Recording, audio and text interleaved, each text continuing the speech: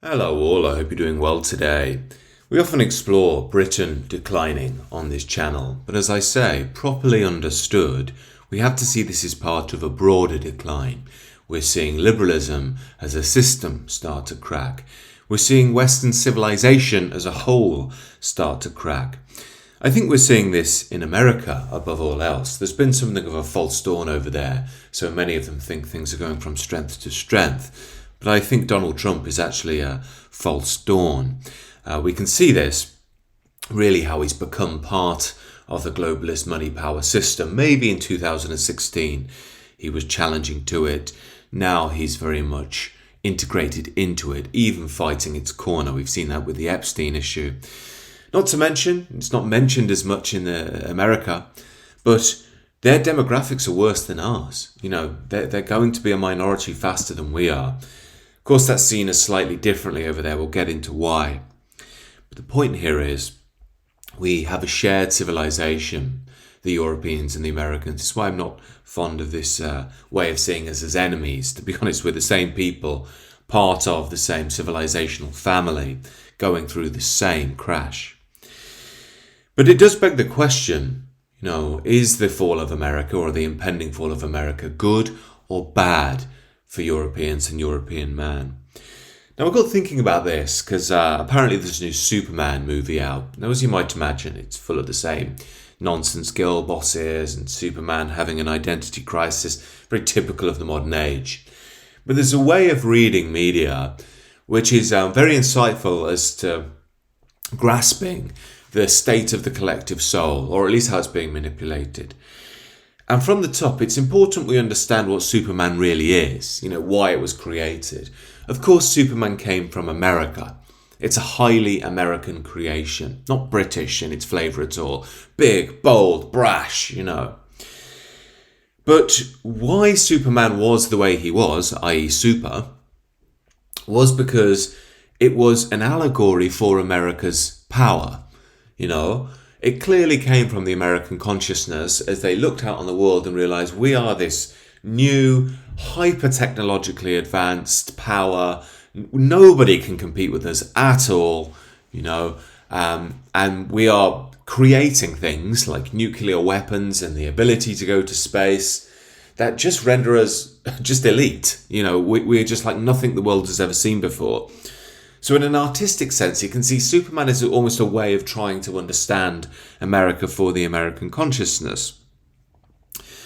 And again, we could almost map that on to their geopolitical actions in the world.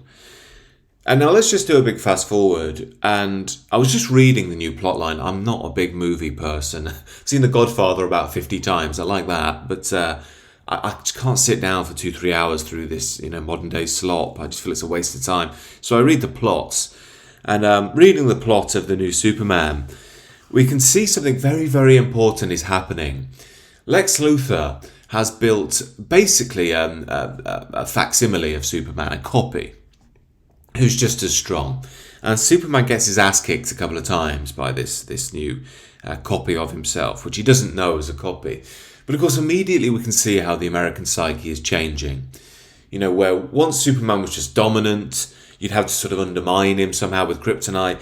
Now there are forces that are just as strong as him, which tells us something immediately about the shifts in geopolitics. Now, another really interesting thing in the new plot is it's rooted around the idea that Superman has to get involved in some skirmish in the world. Apparently there's two competing forces. Some people have judged that it may be a metaphor for Israel-Palestine. I don't think that particularly matters. The point is that America is almost like the world police. And the public will goes very much against Superman. Again, very telling about the global schisms we're experiencing. And Superman finds that he's quite ineffectual in dealing with these matters. Now, as per usual, you can throw into the mix the emasculation. You get this with any male character in modern Hollywood. We're very used to that. I've been around for about 10, 20 years now. You can see a quick clip of this here to give you a flavour of how Superman's emasculated. Why did you move the door? I didn't move the door. Hey, where is my dog?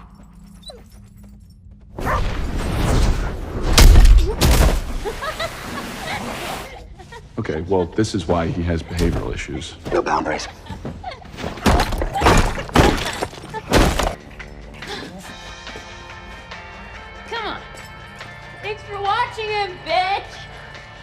So we have a very solid picture of the way the American consciousness is changing due to what's happening in the real world. But the really interesting thing that I read in the plot about the new Superman was how he actually grapples over his own identity.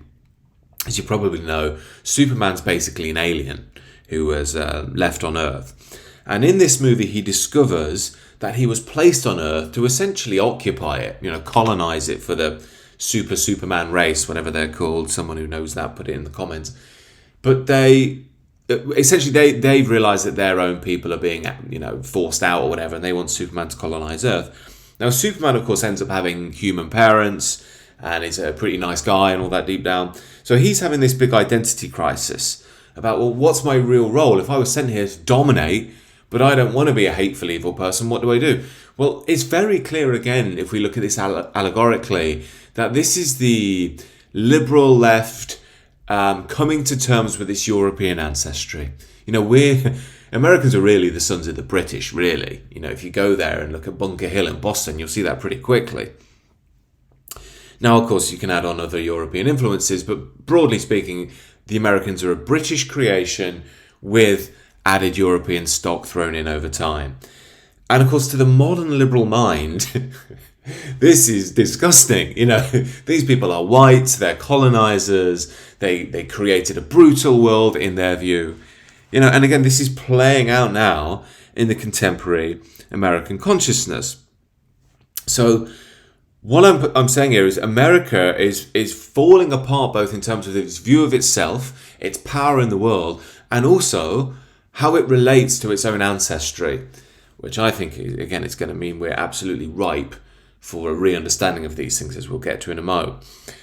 But again, I thought this was really interesting reading this plot line while Trump is meeting Putin, very famously at the moment. Now, Trump couldn't really get anything done with Putin, and this isn't the first time. Remember, Trump said, when I get in, I'll sort this in 24 hours, the Ukraine-Russia war. Well, he hasn't, has he? He hasn't been able to. He's now even met Putin, and hasn't really been able to do much again. And they seem to be getting on, swimmingly and all of that sort of stuff. But it shows that America doesn't have the muscle it once did. He can't just push Putin around. So geopolitics is changing, as I've been exploring a lot on the channel. China is getting more and more powerful. It's playing a very wise game. Just letting America get in all these skirmishes, but just not really getting involved. Letting America burn itself out before it really dominates. You may know China is buying up lots of infrastructure in Africa.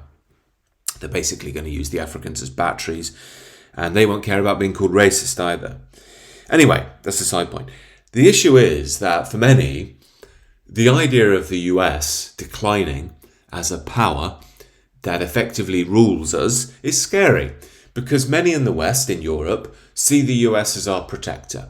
If Russia gets too uppity, if the Chinese want to have a go, if the Islamic world start, getting a bit vocal, America will step in like the king and say, hey, you start on the Europeans, I'm going to kick your ass. And of course, many people fear a declining America because it could mean the Chinese start dominating us, the Russians have more power.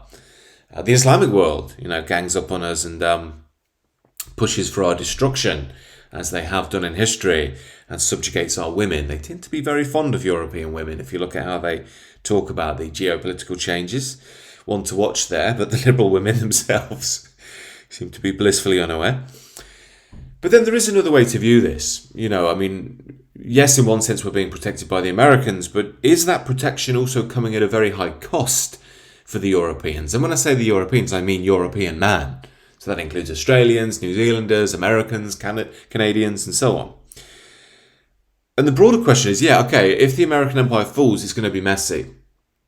But could we also be freed to be who we truly are? That's another question really worth asking about our future.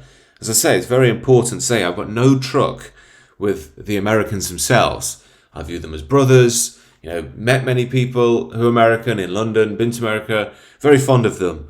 My issue is with their rulers, and their rulers have clearly created a system that we've all been supposed to imbibe. The American story has become the European story and the Australian story and so on. The most obvious example of this is the modern liberal line that we're all a country of immigrants. Now that started in America. I remember growing up and that was the American line. Now we're expected to say it in the UK too, otherwise we're evil and twisted and toxic. But it's not just us. Canadians, Australians, even the Swedish, the Irish, the French. It's especially bad in Europe, but we're all supposed to say it now. And it seems that this is essentially coming from the global American empire. It's almost part of the money power system. You have to abide by its ideology if you're going to basically get its benefits, if you're going to be plugged into the system. And of course, this idea that, America is a nation of immigrants is highly questionable in and of itself. I mean, again, it was the English who started it. Small Native American population who were pushed obviously to the corners. African Americans brought over. Other European groups came in. I think they were nominally just European for a while. Of course, they opened that up, and that led in the 20th century to the, America is a nation of immigrants. But I don't think it was historically. But the point is, they could really implement this a lot easier than it can be done in Europe because, this idea of the liberal conception of America that really came in the Enlightenment, which is really the first nation built on ideas. And again, that could be highly questioned, and I think should be, but in principle, that's the line. We're built on liberal ideas, not on the idea of an ethnos. And even nation, if you chart back the root word, is a people within a space, And that's, of course, England, the land of the Angles, Scotland, land of the Scots, and so on and so on. But of course, this is why it's harder to implement these ideas in England and Scotland, because we're a people, The only way you can do that in Ireland and Scotland is because they're more left-wing leaning, because they're anti-British English historically. They've obviously tried to do it a different way there and say, well, look, these people are oppressed by the English too, so you have the same shared battle. And many of the leftists and liberals will say, oh, great, let's bring in all the Pakistanis. We've all been oppressed by England. We've got a shared enemy. In England, of course, they do something opposite. You should feel guilty about being such a horrible person. Same thing, Superman's having to contemplate being an American. So you need to have the mass migration. But I think this rooting in an ethnos is why the decline feels sharper in Europe, because European nations aren't, countries of immigrants. They never have been. It's a complete lie. It's complete manipulation. So we feel it a lot keener. And I think this is why it often looks like Europe is further down the road of decline than America, but in fact it's actually not. Like I've said before, America will become, or historic Americans, European Americans, will become a minority faster than Europeans. So the point is, if we bring all this together, if we were to break free from America, could we break free from that fate? And of course, it is obvious that the mass immigration we're witnessing has come from the money power system, As much as the left say, oh, the billionaires blame the immigrants, the reality is the billionaires want the immigrants. It's the immigrants that provide cheap wages. It also means that if you have a nation which is disorganized, it has disunity, it has no collective voice, no shared morality, it allows money power to completely dominate because there's nothing to push back against it. And again, this really has come from the US. We've seen it with the US banksters. They have the ability to shred nations if they want. They're way more powerful than most European nations. They also have the power to enforce policy direction, both in the States and further afield. There's a knock-on effect to the Western world, which is part of the American empire. Again, just take woke in the corporate world. Was woke really a natural phenomenon in the corporate world? Why? Why would any CEO want that in their business? It is a complete shakedown. It's a complete corruption of the business principles, and it's not going to help you make money. It came from the top. We've seen that with people like BlackRock. They had their fingers in so many pies. They could enforce policy, again, via their own machinations. So, now we also have to think the ideology of woke itself. Where did that come from? Well, again, it came from American universities, and this was sort of enforced into the rest of Europe. It sort of trickled down. And the rest of us took it on, as I've said many times, sort of like sort of neo-religious ideology in many ways. And again, we saw as well in Britain this African Americanization of black people here. Remember that Sasha Johnson girl?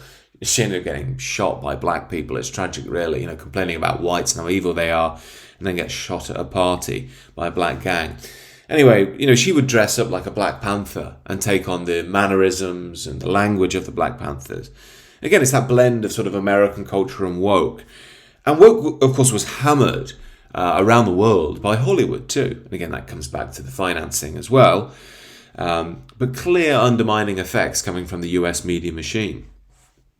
Another one that's really worth exploring is America is known as a religious place. And in some senses it is much more religious than Europe. But you think about, what is that religion? Much of it's this megachurch stuff, which is the sort of soulless corporatization of one's tradition. This sort of prosperity gospel nonsense, which makes the core point of your life or God's will your own economic success, which is not Christianity at all. And this makes the whole thing ripe for mockery. It makes it ripe for atheism. Remember, the new atheists boomed in America rather than Europe.